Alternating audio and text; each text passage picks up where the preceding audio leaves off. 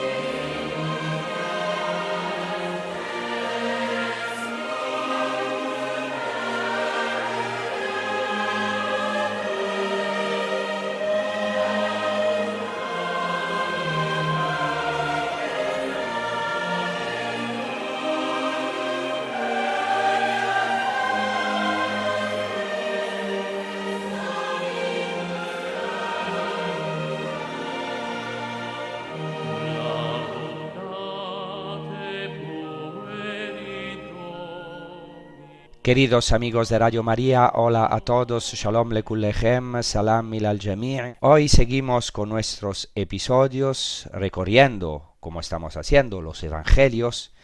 Estamos intentando hacer un trabajo bastante largo, evidentemente no me voy a detener en todos los episodios de la vida de Cristo, sería imposible, porque evidentemente también esto no es un comentario de todos los evangelios, sino que nos estamos deteniendo en acontecimientos paradigmáticos. Y hoy estamos siguiendo cronológicamente, en la medida de lo posible, la vida de Cristo y su ministerio público, y quiero tratar de la apertura del Mesías de Jesucristo a los gentiles, quiere decir a los paganos, porque la vez pasada tratamos de la disputa con los fariseos y los escribas que vinieron de Jerusalén a Galilea, e inmediatamente después en el Evangelio Jesús se abre a los gentiles, a las naciones, a los paganos, que quiere decir a los que no eran judíos, como decimos en hebreo, a los goim. Y Jesús es el hombre totalmente abierto durante toda su existencia y luego eminentemente en su pasión, su costado abierto es la culminación de esta apertura total de Jesucristo al otro, a todo hombre de toda raza y de toda religión. Por eso Jesucristo es el hombre totalmente abierto, totalmente para los demás. Jesucristo dio su vida por todos, es el hombre verdaderamente abierto, su existencia es una existencia para el otro, totalmente abierta, y hoy veremos precisamente, o intentaremos profundizar en esta característica, es decir, la apertura a los gentiles, que ya comenzó con Jesucristo. La apertura a los gentiles, o como decimos en latín, ad gentes, es de hecho un elemento que caracterizó históricamente la predicación de Jesús. Es cierto que él se dirigió primero a las ovejas perdidas de la casa de Israel. O sea, el ministerio de Jesús es ante de todo ad judeos, es decir, hacia los judíos. Pero, sin embargo, está siempre ligado a la misión ad gentes. Y viceversa, así debe ser en la Iglesia que continúa la obra de Cristo en la historia. O sea, seguir esta misión a gentes, pero siempre teniendo un amor especial, particular, a los judíos. En la tradición bíblica y judía, el Mesías de Israel está llamado ante todo a reunir a las tribus dispersas de Israel y a reconstruir el templo. Dedicamos un episodio entero a este a este tema titulado Visiones del exilio en tiempos de Jesús. El siervo del Señor en Isaías está llamado a ser la luz de las naciones, lumen gentium, la luz de las naciones o de los gentiles. El Mesías de Israel debe cumplir la promesa hecha a Abraham desde el principio, es decir, en ti serán benditas todas las familias de la tierra.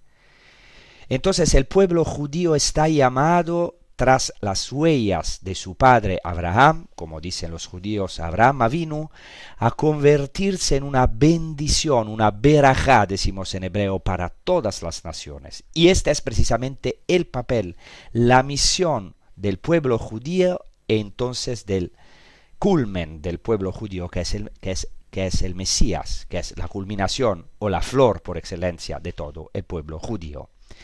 La elección de Israel por Dios, de parte de Dios, es pues una gracia que está en vista de un servicio, el servicio al mundo, la misión a todas las naciones. Esto quiero subrayarlo porque la apertura de Jesús a los gentiles no es una invención de la iglesia primitiva o de los evangelistas. No fueron primariamente Pedro y Pablo, claro. San Pablo es llamado el apóstol de los gentiles por excelencia, pero no fueron solo ellos los que se abrieron a los gentiles. Ciertamente esto fue por inspiración del Espíritu Santo, que lo hicieron los apóstoles, pero esto se remonta a Jesús, a su historia. Así que no es casualidad que Jesús vaya a territorio pagano después de la disputa con los fariseos y escribas judíos que venían de Jerusalén, como dije antes. Así que después de la discusión con la flor innata del judaísmo de la época, es una disputa que se convierte en un verdadero enfrentamiento sobre el concepto de pureza, como vimos en los últimos 2 episodios. El Evangelio de Mateo dice incluso que Jesús se retiró. Se emplea el verbo griego anachoreo, que es el mismo verbo del que procede la palabra anacoreta, o sea, monje, un hombre solitario. Es decir, después de esta disputa sobre la pureza con el pueblo judío, Jesús se retira a territorios paganos. Dice el Evangelio de Mateo, Mateo 15, 21, se retiró al territorio de Tiro y Sidón. Y son los Evangelios de Mateo y Marcos los que relatan la visita de Jesús a estos territorios de Tiro y Sidón, cuyos habitantes eran predominantemente paganos, y esto es muy significativo. Es muy significativo que esta visita a territorio pagano tenga lugar entre las 2 multiplicaciones de los panes, tanto en Mateo como en Marcos. La primera multiplicación de los panes y los peces, de la que hablamos en un episodio, la realiza Jesús en territorio judío, para los judíos. De hecho, avanzan 12 bolsas de piezas, que son símbolo de las 12 tribus de Israel. La segunda multiplicación de los panes, en cambio, la realiza Jesús en la parte oriental del lago, habitada principalmente por paganos. Y de hecho avanzan 7 bolsas de piezas, siendo 7 el símbolo de los paganos, 7 o 70, o sea, el símbolo de los paganos, de los gentiles, de las 7 naciones paganas que vivían en Canaán en la época de la llegada de los israelitas desde Egipto a la tierra prometida, o 70, las 70 naciones mencionadas en Génesis capítulo 10. Quisiera señalar aquí, y esto también porque en mi opinión no se trata de una duplicación, como han especulado algunos exegetas, porque algunos dicen que no es posible que Jesús realizara 2 multiplicaciones de los panes y los peces, por lo que en realidad los evangelistas Mateo y Marcos habrían duplicado esta multiplicación, que es única en Juan y Lucas, que no relata la multiplicación de los panes y los peces más allá del Jordán, en la parte oriental del lago de Galilea. Yo pienso que en realidad no es así, porque hay un sentido. O sea, la primera multiplicación de los panes es para los judíos, la segunda es para los paganos. Y entonces, entre la primera y la segunda multiplicación de los panes, hecha para los paganos, o hecha en territorio pagano, está la visita de Jesucristo a territorios paganos. Y esto para mí es fundamental, porque hay que prestar mucha atención a los movimientos de Jesús. Hay una geografía de la salvación a la que hay que prestar atención. Con razón se suele destacar la historia de la salvación, pero no siempre se le ha dado el peso que merece a la geografía de la salvación. Proclamamos pues el Evangelio de Marcos, al que me referiré en este episodio. Y digo de entrada, sin embargo, que el evangelista Marcos narra 3 acontecimientos en territorio pagano. Primero, la curación de la hija de una mujer sirofenicia. Segundo, la curación de un sordo mudo que se realiza en pleno territorio de la Decápolis, por tanto en territorio pagano. Y luego, tercero, como ya he dicho, la segunda multiplicación de los panes y los peces. Así podemos proclamar el Evangelio, sobre el que me detendré especialmente en estos 2 episodios, esto y también el siguiente. He elegido este Evangelio ya que no puedo detenerme en todos los episodios o todos los acontecimientos narrados por los evangelistas. He elegido proclamar el Evangelio de Marcos, pero Mateo también recoge la narración de este mismo acontecimiento con algunas diferencias significativas a las que me referiré. Entonces voy a proclamar el Evangelio de Marcos, capítulo 7. Salió de allí y se dirigió a la región de Tiro. Entró en una casa y no quiso que nadie lo supiera, pero no pudo permanecer oculto. Una mujer cuya hija pequeña estaba poseída por un espíritu inmundo, en cuanto supo de él, fue y se arrojó a sus pies. Esta mujer hablaba griego y era de origen sirofenicio. Le rogó que expulsara al demonio de su hija. Él le respondió: deja que se sacien primero los niños, porque no es bueno tomar el pan de los niños y echárselo a los perritos. Pero ella le respondió: Señor, hasta los perritos que están debajo de la mesa comen las migajas de los niños. Entonces él le dijo: por esta palabra tuya vete, el demonio ha salido de tu hija. Cuando volvió a su casa, encontró a la niña acostada en la cama, y el demonio se había ido. Como ya he dicho, los evangelios de Mateo y Marcos relatan este mismo episodio de la curación de la hija de la mujer sirofenicia. El evangelio de Marcos comienza así: Jesús se levantó de allí y se fue a los confines de Tiro. Literalmente dice los confines, y se utiliza el verbo anistemi, que significa levantarse, se levantó de allí. Pero también significa resucitar, es el verbo de la resurrección, es muy significativo, es como si Jesús se levantara de esta disputa de los escribas y fariseos judíos, lleno de su poder, ciertamente lleno de poder divino, y se va a los territorios paganos. Hay que prestar mucha atención y cuidado, como he dicho, a los datos geográficos. Hoy en día Tiro se llama en árabe Sur, es una ciudad de la costa mediterránea situada en el actual Líbano, por lo que parece muy alejada del lago de Galilea debido al dramático cierre de las fronteras entre Israel y el Líbano, pero en realidad no es así. Basta pensar que Tiro está a solo 55 kilómetros de Cafarnaúm en línea recta, y se puede comparar con la distancia a Jerusalén, que es de nada menos que 180 kilómetros del lago, por lo que la distancia entre Cafarnaúm y Tiro es ciertamente menor, por lo que es solo una caminata de 2 días. Esto explica, entre otras cosas, lo que narra el Evangelio de Marcos, al capítulo 3, cuando dice que una gran multitud, al oír lo que hacía Jesús, acudió a él desde diversas regiones, e incluso menciona los territorios de Tiro y Sidón, donde ciertamente también vivían judíos. Es decir, eran territorios paganos, pero sabemos por diversas fuentes que había varios judíos en estos territorios. Incluso en Tiro había una colonia judía, por lo que seguramente los primeros en acudir a Jesús fueron los judíos que venían de las zonas de Tiro y Sidón. Así pues, dada la proximidad de Tiro al lago de Galilea y dada la presencia judía en Tiro y Sidón, la fama de Jesús, gracias a los judíos que habían acudido a ver a aquel rabino, se extendía a los territorios también de Tiro y Sidón. No olvidemos que Tiro formaba parte de la tierra prometida, según el libro de Josué, a la tierra prometida perteneciente a la tribu de Aser o Asher en hebreo. Josefo Flavio, el gran historiador de los tiempos de Jesús, considera incluso que Tiro es la parte más septentrional de Galilea, por lo que Josefo Flavio vincula Tiro a la región de Galilea. Tiro, una muy antigua y gloriosa ciudad fenicia, fue casi siempre una ciudad portuaria muy bien defendida y muy próspera, gracias a los numerosos intercambios comerciales en el mar Mediterráneo.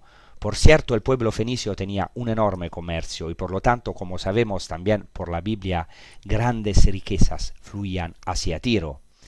Por la Biblia también sabemos que el rey de Tiro ayudó en la construcción del primer templo de Jerusalén.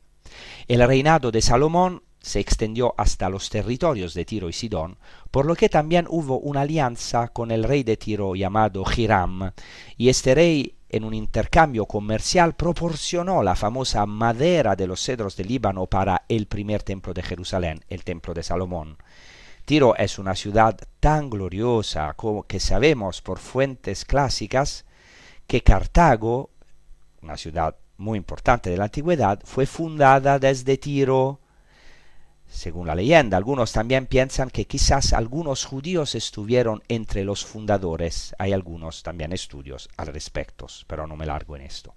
Sin embargo, a pesar de este antiguo pacto entre Salomón y Hiram, rey de Tiro, la rica y orgullosa ciudad de Tiro es objeto de muchos oráculos por parte de los profetas, hasta el punto de convertirse en los profetas en símbolo de la ciudad que se opone a Dios. Y me gustaría citar aquí una profecía de Ezequiel que así lo dice en su oráculo contra Tiro. Escúchenla porque es importante como trasfondo de este evangelio que ahora vamos, si podemos, a profundizar, de este evangelio sobre el encuentro entre la mujer sirofenicia y Jesús. Entonces dice el profeta Ezequiel: hijo de hombre, dice Dios a Ezequiel, hijo de hombre, habla al príncipe de Tiro.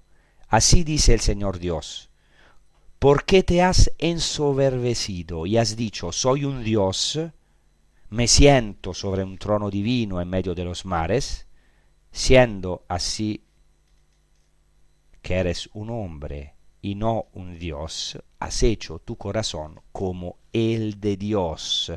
En esta profecía, que es impresionante, se pone de relieve el gran orgullo del rey de Tiro y de la ciudad de Tiro. O sea, el rey de Tiro, es lo que nos pasa algunas veces, quiso erigirse en Dios, hizo su corazón como el de Dios.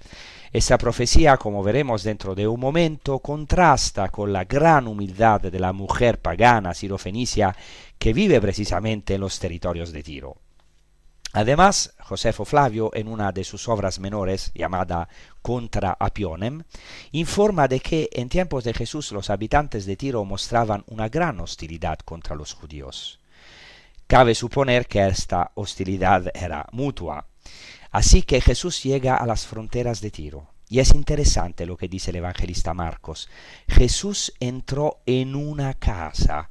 En el Evangelio de Marcos la casa es muy importante. Ahora no puedo largarme en esto, pero si quieren escrutar esta palabra en Marcos es muy importante. Jesús entró en una casa. Lo digo porque, claro, la primitiva iglesia no se reunía en iglesias, sino en casas, en la Domus Ecclesiae. Por esto la casa es muy importante, es la intimidad con Jesucristo, es el primer lugar de la comunidad cristiana, de la liturgia cristiana. Jesús entró en una casa y no quería que nadie lo supiera, pero no podía permanecer escondido. Es muy interesante que Jesús en esta tierra pagana, si se puede decir así, juegue al escondite, se esconde. ¿Por qué se esconde? Esto sin duda está relacionado con el llamado secreto mesiánico, típico del Evangelio de Marcos, en el que Jesús a menudo instruye a sus interlocutores para que no cuenten por ahí los milagros que habían presenciado, porque aún no había llegado el momento de su revelación total, o más bien, Jesús no quería que se malinterpretara su identidad mesiánica. De esto hablamos en un episodio cuando traté de las diversas concepciones del Mesías en tiempo de Jesús y respecto también a su identidad mesiánica. Es decir, el concepto de Mesías podía ser fácilmente malinterpretado, como hoy también, como en nuestra vida. Y Jesús no quería eso, no quería mostrarse como un Mesías triunfante. Pero esto es verdad, pero puede haber también otra razón. Porque Jesús ya había ordenado a sus discípulos, cuando los envió en misión, que no fueran entre los gentiles. Si queremos ir más en profundidad, el amado del Cantar de los Cantares también juega al escondite, como tantas veces ocurre en nuestra vida. Jesús algunas veces se esconde, por así decirlo, como el amado del Cantar de los Cantares. Lo buscamos y no lo encontramos, pero la fe de esta mujer lo encuentra. También nosotros estamos llamados a buscar a Jesús, a anhelar a su rostro, a descubrir al Jesús escondido. La mujer, esta mujer pagana, encuentra al Dios escondido, Deus absconditus, del que habla el Antiguo Testamento. El libro de Isaías 45:15 dice: verdaderamente tú eres un Dios misterioso. Es una frase maravillosa en hebreo. Achen ata el mistater Elohe Israel Moshiach. Verdaderamente tú eres un Dios misterioso, pero se puede traducir en hebreo más: verdaderamente tú eres un Dios que se esconde continuamente, un Dios que es siempre en el misterio, un Dios oculto, Dios de Israel, Salvador, un Dios que se esconde perpetuamente. Así que Jesús no podía quedarse escondido. Y esta mujer no lo deja solo. Vamos a ver que esta es una mujer con mucha garra, es una mujer que no se rinde, también es una mujer de genio. Para Mateo esta mujer era cananea. Él utiliza este adjetivo, es una clara referencia a que esta mujer es pagana. Se refiere a las naciones paganas cananeas que eran idólatras. Marcos, en cambio, la caracteriza con otros dos adjetivos. Dice que era griega, pero esto no es suficiente, porque sabemos que también había judíos, griegos o helenistas.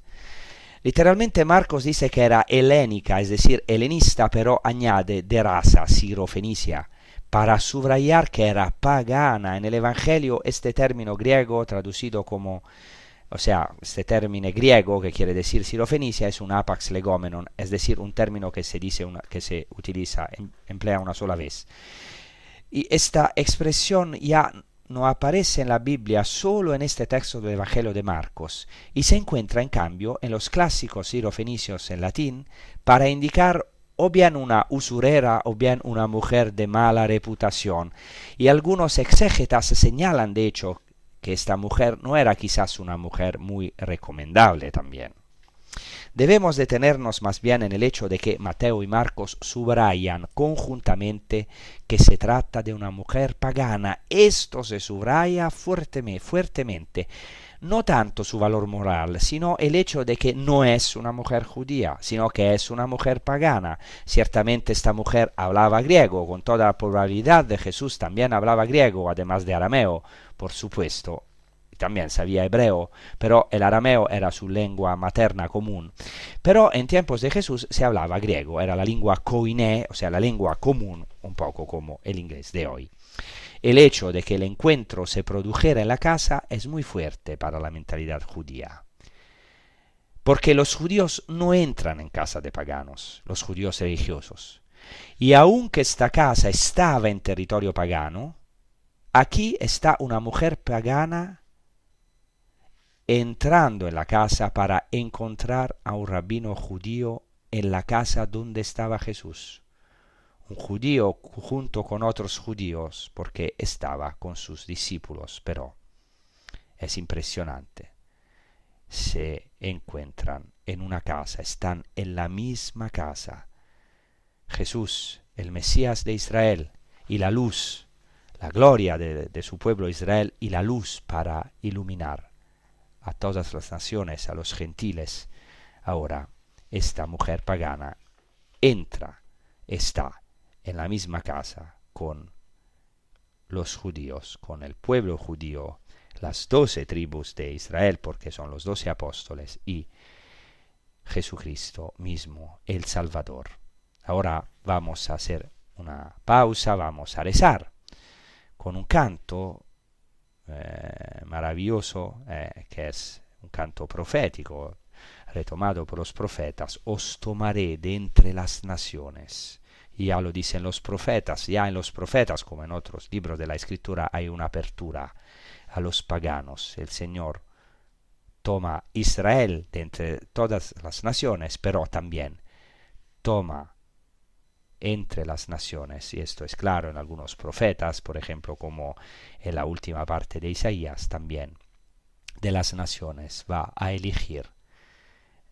Nosotros somos los que han entrado en esta alianza, que a través del Mesías han podido acoger la salvación en su propia casa. Entonces vamos a rezar con este canto.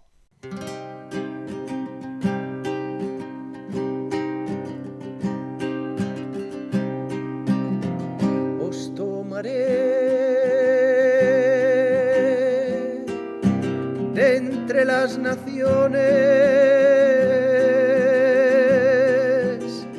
os reuniré de todos los pueblos, os rociaré con agua pura y yo os purificaré.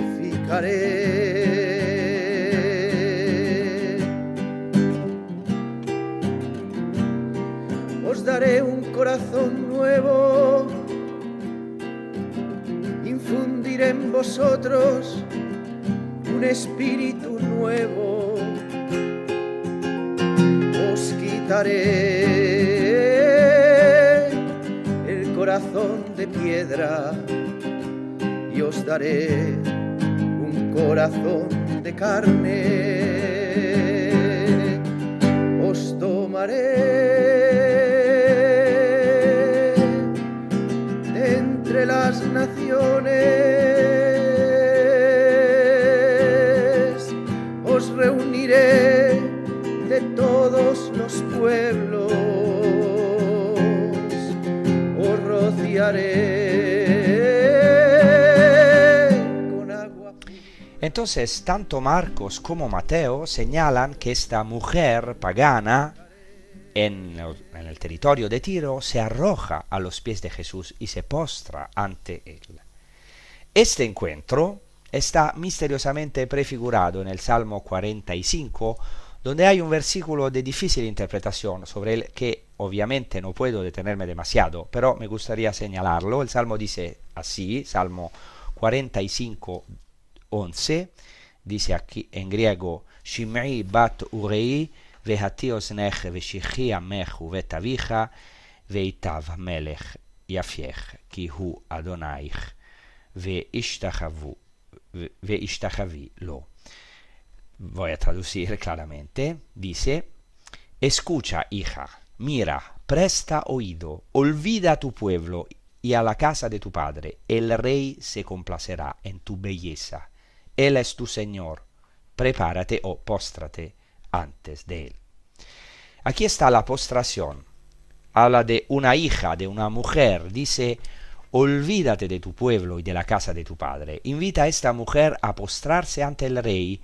Y después hay un versículo muy misterioso y muy difícil de traducir, en el mismo Salmo 45, versículo 12, una expresión que dice así: Ubat tzor bemincha panaich yechalu ashiream.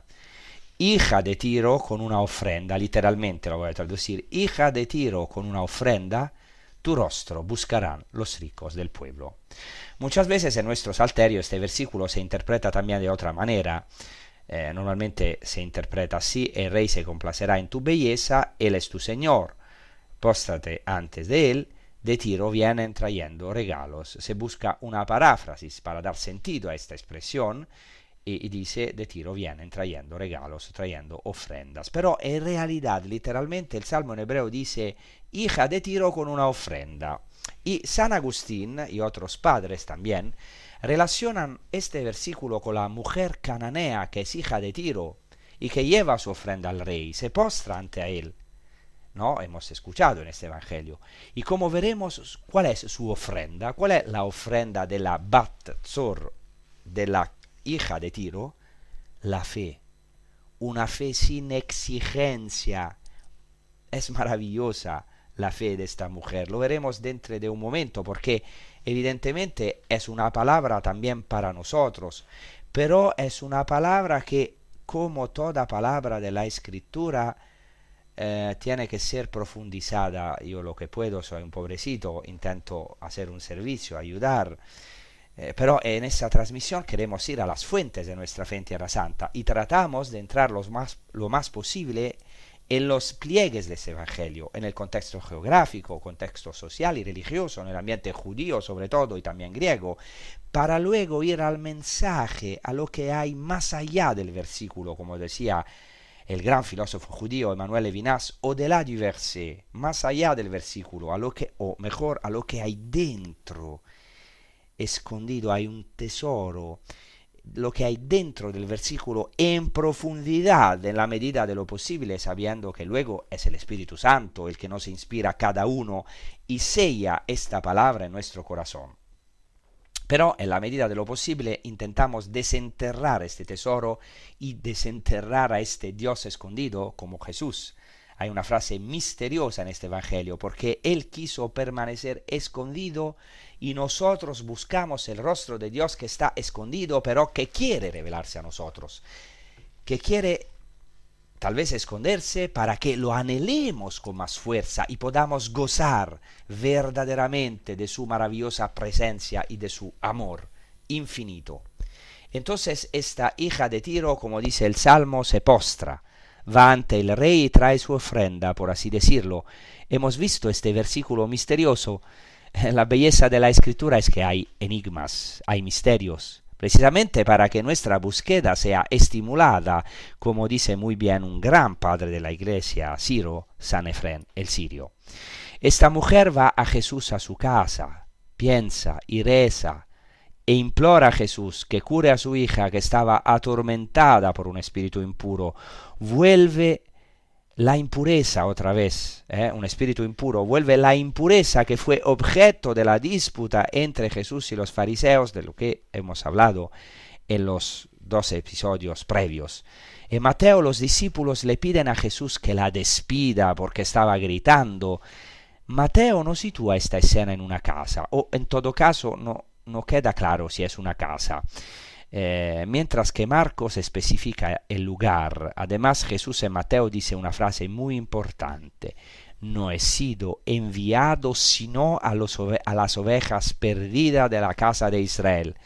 Es decir, inicialmente Jesús niega el milagro a la mujer, respondiendo con esta frase, que puede molestar o también tal vez escandalizar.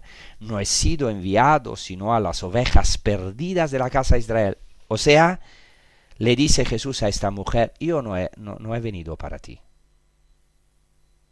Entonces, ¿es una frase racista, nacionalista? No. Es una frase que está en consonancia con todas las Escrituras. Dios ha elegido un pueblo. La salvación, como dice el Evangelio de Juan, al capítulo 4, viene de los judíos. A algunos le molesta esto, pero es lo que dice Jesucristo. Hay que aceptar, o sea, no aceptar, hay que acoger todo el Evangelio, no solamente lo que nos gusta. La salvación viene de los judíos. Ha-Yeshua, la salvación viene de los judíos. Yeshua, Jesús, que es, o sea, viene de la misma raíz del término salvación, Yeshua. La salvación, Yeshua, Jesús, Yeshua, viene de los judíos, como lo dice Jesús a la samaritana, y solo a través del pueblo judío, solo a través del pueblo elegido, iluminará Dios a los gentiles.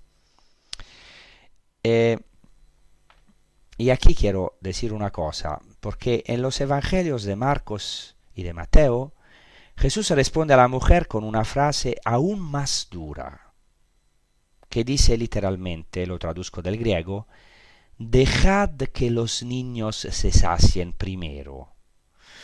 O sea, vuelve al tema de la saciedad. Esto es importante porque es un vínculo con la primera multiplicación de los panes que precede, como hemos dicho, y con la segunda multiplicación de los panes que sigue, y con el hecho entonces de que después de la segunda multiplicación de los panes los apóstoles se olvidan del pan. Entonces este término saciedad vuelve aquí otra vez y dice Jesús que se sacien primero los niños. No es bueno tomar el pan de los niños y echárselo a los perritos. Aquí se traduce algunas veces no está bien, pero en realidad literalmente sería no está bien coger el pan de los niños y echárselo a los perros, no es conveniente, o echárselo a los perritos. Este término es muy discutido porque en griego no sería literalmente un diminutivo del término perro, sino que indicaría a perros domésticos. Es interesante porque Jesús está en la casa y Jesús utiliza este término indicando perros domésticos, no perros salvajes. Algunos dicen que Jesús usa este término para suavizar la frase, pero de hecho hay poco que suavizar aquí. La frase sigue siendo muy fuerte, por supuesto. O sea, la frase puede ser considerada un insulto. Que sean perros o perritos es la misma historia, la misma cosa, es un insulto. Y es interesante que esta frase de Jesús se sitúe en un contexto judío, porque el término hebreo ben, que significa hijo, y el término hebreo kelev, que significa perro, tienen la misma gematría. ¿Qué es la gematría? Es el valor numérico asociado a las palabras del alfabeto hebreo. Por lo que en hebreo estas dos palabras tienen el mismo valor numérico. Estas son interpretaciones que los rabinos han estado haciendo desde tiempos antiguos, tan lejos como los tiempos del Antiguo Testamento, y así los rabinos muchas veces establecieron la misma interpretación o similitud basada en el mismo valor numérico de estas dos palabras. En este caso, la palabra hijo y la palabra perro en hebreo tienen el mismo valor numérico, a saber, 52. Quizá sea una coincidencia, quizá no. De hecho, conocemos al menos otro caso en el que Jesús utiliza este fino procedimiento hermenéutico de interpretación. Por ejemplo, cuando en el Evangelio de Juan se equipara a sí mismo, Jesús se equipara a sí mismo con la serpiente del desierto. En hebreo, la palabra Mesías, es decir, Mashiach, y la palabra serpiente, Nahash, tienen el mismo valor numérico. Y es interesante que Jesús haga una interpretación sobre esto, diciendo una frase maravillosa, en Juan 3:14, como Moisés se levantó la serpiente en el desierto, así tiene que ser levantado el Hijo del Hombre, es decir, el Mesías. Sin embargo, si profundizamos más, tenemos que decir que la mentalidad semítica tiene mayoritariamente una visión negativa del perro, o mejor, una visión negativa de la palabra atribuida al hombre. Pero podemos decir una visión negativa del perro. Ojo que no siempre es así, pero el perro se considera a menudo un animal impuro por varias razones. También porque a menudo roe huesos, que pueden ser huesos de muertos. También que son huesos muertos y son impuros para los judíos. También en algunos casos los perros salvajes podían comer carne humana, huesos, y entonces es un animal, el perro, que se equipara con el cerdo. O sea, en la Biblia es un animal impuro. En el Antiguo Testamento el apelativo perro muerto es un insulto muy despectivo. Incluso en el medio semítico, en el ambiente semítico, todavía en árabe, en el idioma que nosotros utilizamos, que viene de la misma raíz del hebreo, tiene la misma raíz, perro en árabe se dice kalb, es un insulto terrible. Yo me quedé impresionado. Uno de los insultos más terribles es kalb, perro, o Kalb ibn Kalb, perro hijo de perro. Es más terrible que en nuestras lenguas, en nuestros idiomas. En la Biblia, por ejemplo, una de las peores condenas es la de ser dado de comer a los perros una vez muerto, como les ocurrió a Ahab y a Jezabel a causa de sus iniquidades, son los adversarios de Elías. Al perro se compara el necio, el pecador también, al perro se compara también el pecador, el pecador que vuelve a su pecado, a su vómito. Los enemigos paganos también son comparados con perros. Pero la Biblia tampoco carece de referencias positivas. Recordemos el perrito que acompaña a Tobías en su maravilloso viaje que será la salvación para sus familias. Tobías será acompañado por el ángel Rafael y un perrito. ¿Por qué? No me detendré en ello, yo tengo una idea, hay muchas hipótesis, pero se trata de algo misterioso que por tanto nos invita a investigar. Jesús en el Nuevo Testamento exhorta a no dar las cosas santas a los perros, y luego en el Apocalipsis a los que son expulsados del reino se les llama los perros, de los que los cristianos deben cuidarse. Fuera los perros. Como dice San Pablo, guardaos de los perros. Se dice en Apocalipsis, fuera los perros, y en San Pablo, guardaos de los perros. Luego, también en la literatura rabínica, aunque no faltan referencias positivas a los perros, en general son considerados negativamente. Hay varios textos, por ejemplo, en el Midrash, que se llama Pirkei de Rabbi Eliezer, se equipara precisamente a los paganos con los perros. Se le llama perros en el capítulo 29. Un hombre que come con un idólatra es como uno que come con un perro. Es terrible, ¿eh?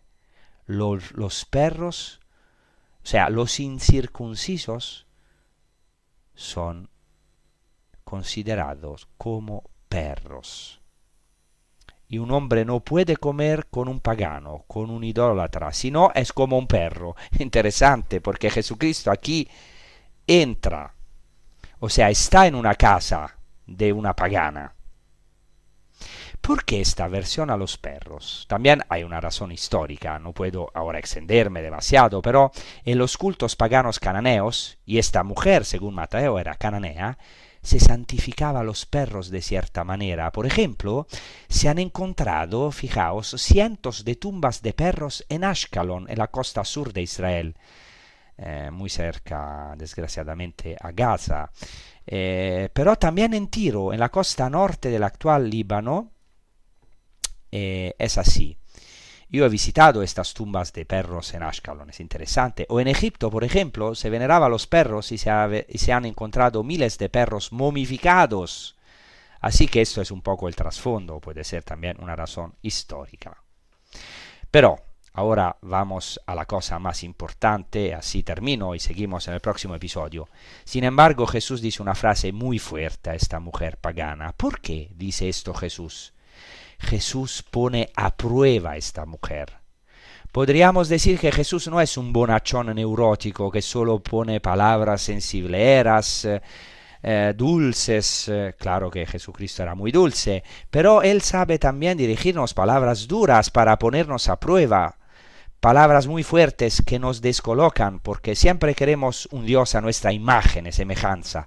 Los que quieren un Dios absolutamente justo, porque a lo mejor quieren venganza, y los que quieren un Dios totalmente bueno, o sea, claro que Dios es bueno, pero meloso por sus propias razones. Pero Dios no se encasilla. De hecho, en el Antiguo Testamento no se podía hacer una imagen de Dios porque Dios está más allá de nuestros esquemas e imágenes humanas. Entonces, ahora, antes de terminar, hacemos una otra pausa, escuchando un canto que es maravilloso, el último capítulo del libro del profeta Isaías, que es una profecía: yo vengo a reunir a todas las naciones, y esto se ha realizado en Jesucristo. En los primeros apóstoles, en su evangelización. Por eso también el Papa León desde el comienzo nos ha invitado a la misión, el que fue y es un misionero, y así se puede realizar en nuestra vida, también en nuestra iglesia, que esta salvación es para todos, para todas las naciones. Yo vengo a reunir todas las naciones. Vamos a rezar con este canto.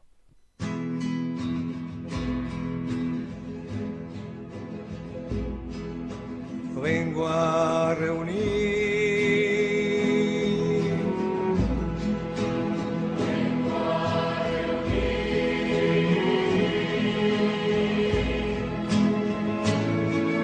a todas las naciones,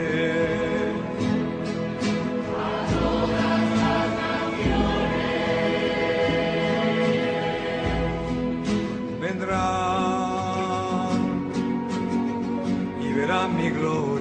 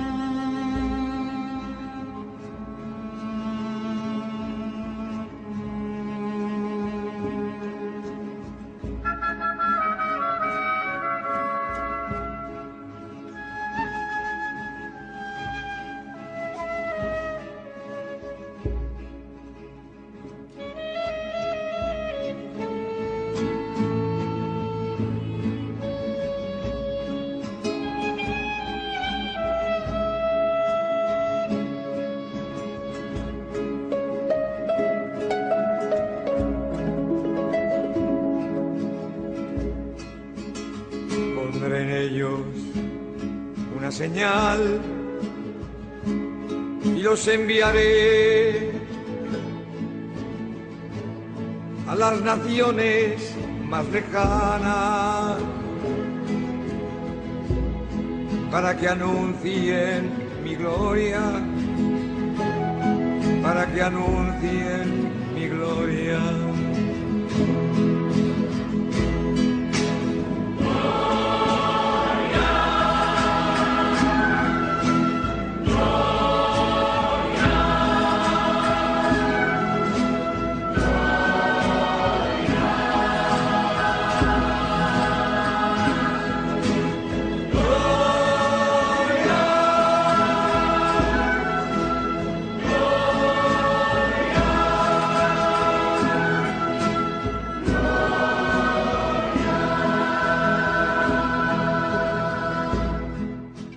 Entonces, como estábamos diciendo, Jesús pone a prueba a esta mujer. Con esta dura palabra, no es bueno quitar el pan a los niños para dárselo a los perritos. Pero la humildad abre el cielo. Aquí entramos inmediatamente en una palabra que es también para nosotros, que voy a profundizar más en el próximo episodio. Esta mujer pagana, sirofenicia, cananea o griega, según el caso con 3 apelativos, en cualquier caso, una mujer ciertamente pagana no se considera digna ni merecedora de nada. Por eso, precisamente, hay un texto maravilloso de San Doroteo de Gaza que me impactó mucho y que dice que el problema del hombre es que no se culpa, no se considera indigno. Ciertamente esta mujer ha encontrado a Jesús, pero es Jesús quien finalmente ha encontrado a una mujer que no se considera merecedora de nada, que no se arroga derechos ante él, se contenta con las migajas que caen de la mesa, da una respuesta brillante que vamos a profundizar la próxima vez. Dice, sí, es verdad, Señor, pero también los perritos comen las migajas que caen de la mesa de sus hijos. Esta mujer no se hace víctima, no se hace la víctima. Ciertamente podría haber replicado a Jesús, siendo pagana, de cultura griega, estaba ciertamente en una situación de superioridad civil y cultural, quizás incluso económica respecto a un Galileo, como dicen algunos exégetas, algunos intérpretes. Y en cambio esta mujer es como si dijera, es verdad, Señor, quizás no tengo derecho a la salvación. No tengo derecho a la gracia y al pan de Dios, pero puedo recibir las migajas. Es lo contrario de la actitud de los nazarenos que se consideran en la sinagoga de Nazaret con derecho a los milagros de Jesús, porque es su conciudadano, tiene su sangre, tienen a Jesús en el bolsillo, como algunos de nosotros.